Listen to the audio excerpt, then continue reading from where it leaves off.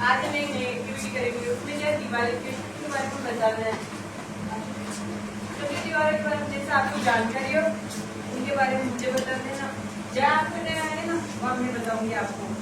कोई भी एक फेस्टिवल हम चुनेंगे, जैसे दिवाली अच्छा त्योहार है वो चुनेंगे हम, उसके बारे में जानकारी देंगे। और तो कौन कौन से त्योहार आते हैं हमारे?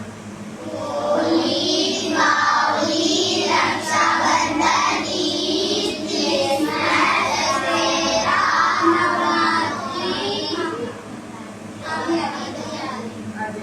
नवरात्रि हो गया, दिवाली हो गई, होली हो गई, ईद हो गए और दशहरा हो गया, क्रिसमस हो गया और नवरात्रि दशहरा भी हो गया। ये सब त्योहार आते हैं, पर हमें एक चूज करना है।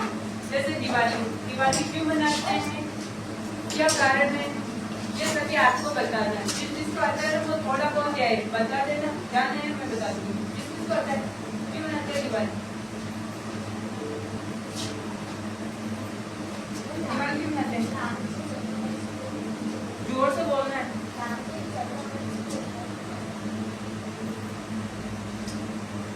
कोई भी बोलो ना, जोर से बोलो, तो किसी सुनाई भी नहीं देगा। जोर से बोलो। नहीं मैं बता दो, एक बार फिर बता दो। क्या राम जी और लक्ष्मण जी, सीता जी।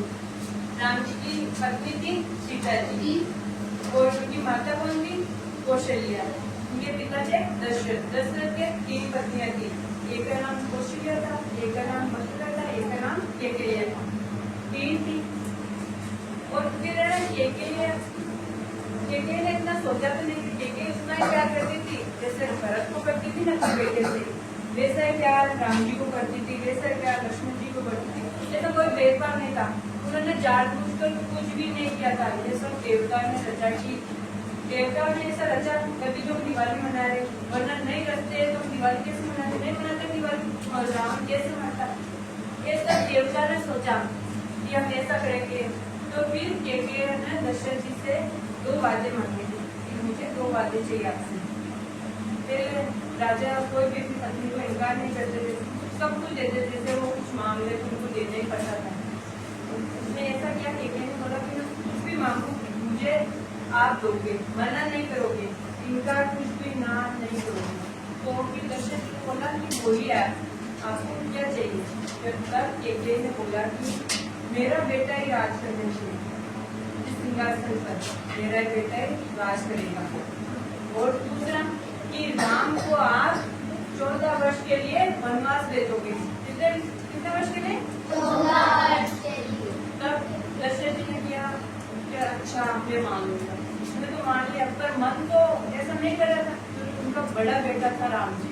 ऐसे कैसे मन होता है अपने बेटे को वनवास दे?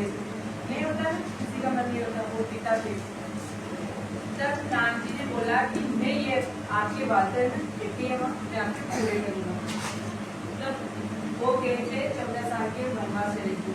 जब बोला कि मैं जाऊंगा, तब पिताजी ने बोला कि नहीं मैं आपकी अर्धांगिनी हूँ, यानी कि पत्नी हूँ, तो साथ ही चलूंगी, आपके साथ नहीं तो आपके साथ ही चलूंगी। और लक्ष्मण जी ने बोला कि मैं आपका छोटा भाई हूँ, आपकी रक्षा के लिए मैं साथ नहीं चलूंगा। तो वो साथ जाने के बाद में 14 साल के जब पूरे हो गए, 14 साल पूरे हो गए, भाई आप अयोध्या 14 साल पूरे अयोध्या आने वाले हैं। तब लंका में जाकर रावण को मारा था। इसी खुशी में मनाते हैं, जैसे दशहरा किसी रावण को मारने में मनाते हैं। राम जी ने मारा था, तब राम जी को मारा था ना, जब आए वापस अयोध्या लौट कर आए थे, तब मैंने घी के दिए जलाए थे। सभी अयोध्यावासी घी के दिए जलाकर उनका ना खुशियों से स्वागत किया कि हमारे राम लौट आए। इसलिए दिवाली मनाते हैं। दिवाली के दिन सब साफ सफाई करते हैं। क्या क्या करते हैं घर पर? कौन क्या मनाता है? सब अच्छी मिठाई बनाते हैं और अपने घर को सजाते हैं। सब सजाते हैं लाइटों से। ऐसे उस दिन लगता है कि जैसे सचमुच राम जी हमारे घर पे आए हैं। उस दिन लक्ष्मी जी की, माता सरस्वती की और भगवान गणेश जी की पूजा करते हैं सब। और सब रात में उनकी आरती करते हैं, अच्छे अच्छे कपड़े पहनते हैं। ये सब एक खुशी का त्योहार होता है। सब अपने पेड़ से अपने बड़ों के जाते वो हमें आशीर्वाद देते हैं, कोई पैसे देते हैं। ये खुशी अलग ही होती है। जो दिवाली आती है सबके लिए अलग खुशी होती है।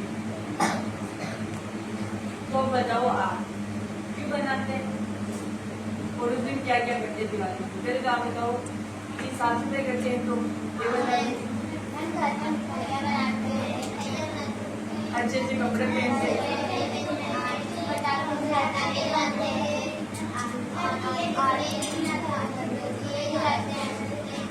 उस दिन हम शाम को दीपक जलाते हैं और पटाखे खाना खाने के बाद में सब मिलकर फैमिली वाले पटाखे जलाते हैं सब। और दूसरे दिन सभी नए कपड़े पहनते हैं और सबके पाँव छूते हैं। उस दिन गोवर्धन पूजा की जाती है और उसके बाद में भैया दूज आता है। आता है भैया के रक्षा के लिए उसको धागा बांधते ये होता है। दिवाली क्यों मनाते हैं?